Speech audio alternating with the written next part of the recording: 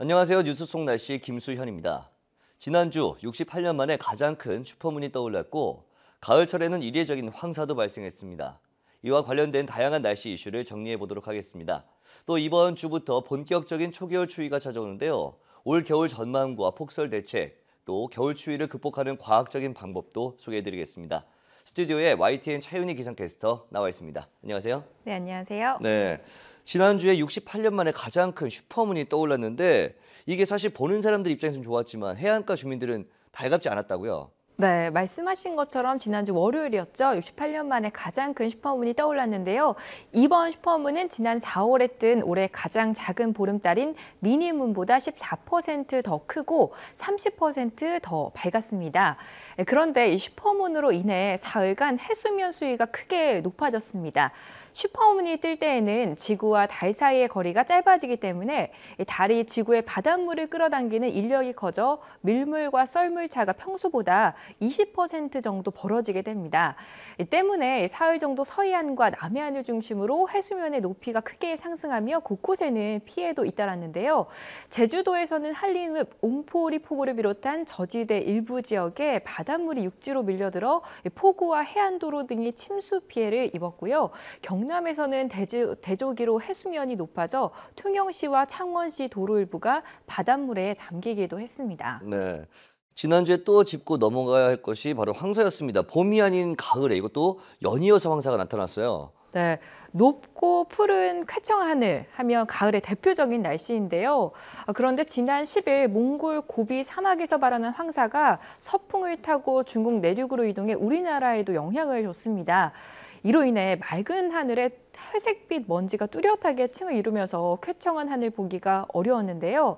다행인 것은 황사의 양도가 약해서 우리나라에 황사가 관측된 곳은 없었지만 황사와 함께 국외 미세먼지가 유입되면서 수도권을 비롯한 중서부와 호남 지방의 미세먼지 농도가 주의해야 할 수준인 80 마이크로그램을 크게 넘으며 평소보다 두세 배가량 높았습니다.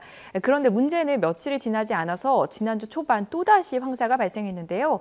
이렇게 연이어 황사가 나타나는 것은 다소 이례적인 현상입니다. 좀 얘기를 들어보니까 더 이상 가을도 황사에서 안심할 수 없다 이런 생각이 드는데 가을철에 때 아닌 황사가 찾아오는 이유는 뭡니까? 네, 일반적으로 황사는 봄철에 발생을 하죠. 우리나라에 주로 영향을 미치는 황사 발생지는 중국과 몽골의 사막지대인데요. 봄이 되면 겨울 내내 얼어있던 토양이 녹아 모래먼지가 발생하는데 이 모래먼지가 모래 폭풍이나 강한 바람에 날려 황사가 나타납니다. 그런데 최근 들어 가을과 또한 겨울에도 황사 발생 횟수가 잦아지고 있습니다.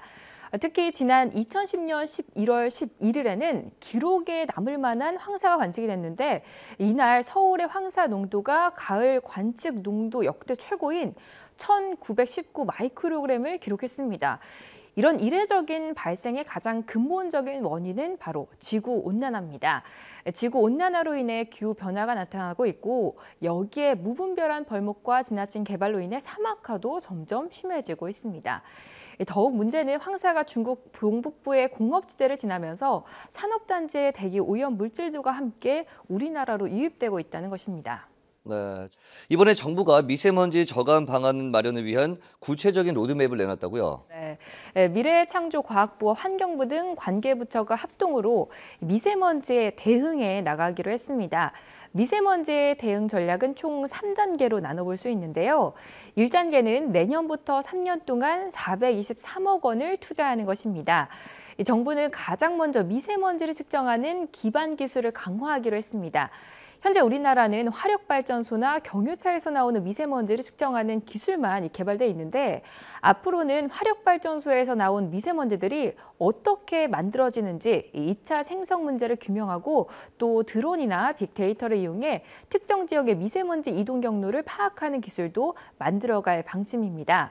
이렇게 기반 기술을 강화한 뒤 정부는 측정과 예보 기술 그리고 저감 기술 개발에 본격적으로 나섭니다. 우선 구축된 빅데이터에 인공지능을 접목한 중장기 예보 시스템을 개발하고요. 또 미세먼지 노출을 최소화할 수 있도록 2014년 기준 170만 톤이었던 사업장 미세먼지 배출량을 2023년까지 85만 톤으로 줄이기로 했습니다. 이 마지막 단계는 이와 관련한 사업화에 나서는 건데요. 공공과 민간의 기술에 심각한 이 미세먼지가 나타나고 있는 중국 등 해외에 수출하는 겁니다.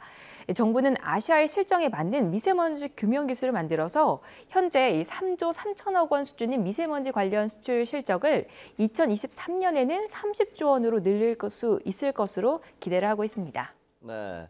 11월이 되면서 갑자기 매서운 추위가 자주 찾아왔어요. 일단 이번 주도 계속해서 추운 날씨가 이어지고 그러다 보니까 좀 겨울이 빨리 시작하는 게 아닐까 이런 생각이 드는데 올 겨울 날씨 어떨지 좀 전망 좀 해주시죠. 네, 올 겨울의 가장 핵심은 바로 라니냐입니다. 이 라니냐는 엘니뇨와는 반대 현상인데요. 전 세계 기상이변의 원인이 됩니다. 세계기상기구는 지난 7월부터 엘니뇨, 라니냐 감시구역의 해수면 온도가 평년보다 0.5도가량 낮은 수준을 유지하고 있다고 밝혔습니다. 이 약한 수준의 라니냐가 발달한 것인데 겨우내 이어질 전망입니다. 따라서 라니냐가 발달하면 한반도는 11월을 비롯해서 12월 또한 평년 기온을 밑도는 기습 한파가 자주 찾아오겠고요. 또 강수량이 적어서 가뭄이 심화하는 경향을 보이겠습니다. 라니냐가 발달하면 시베리아 고기압이 우리나라로 확장하는 기압 배치가 자주 만들어지기 때문입니다. 반면 가장 추워야 할 1월과 2월은 예년보다 기온이 다소 높을 것으로 보입니다.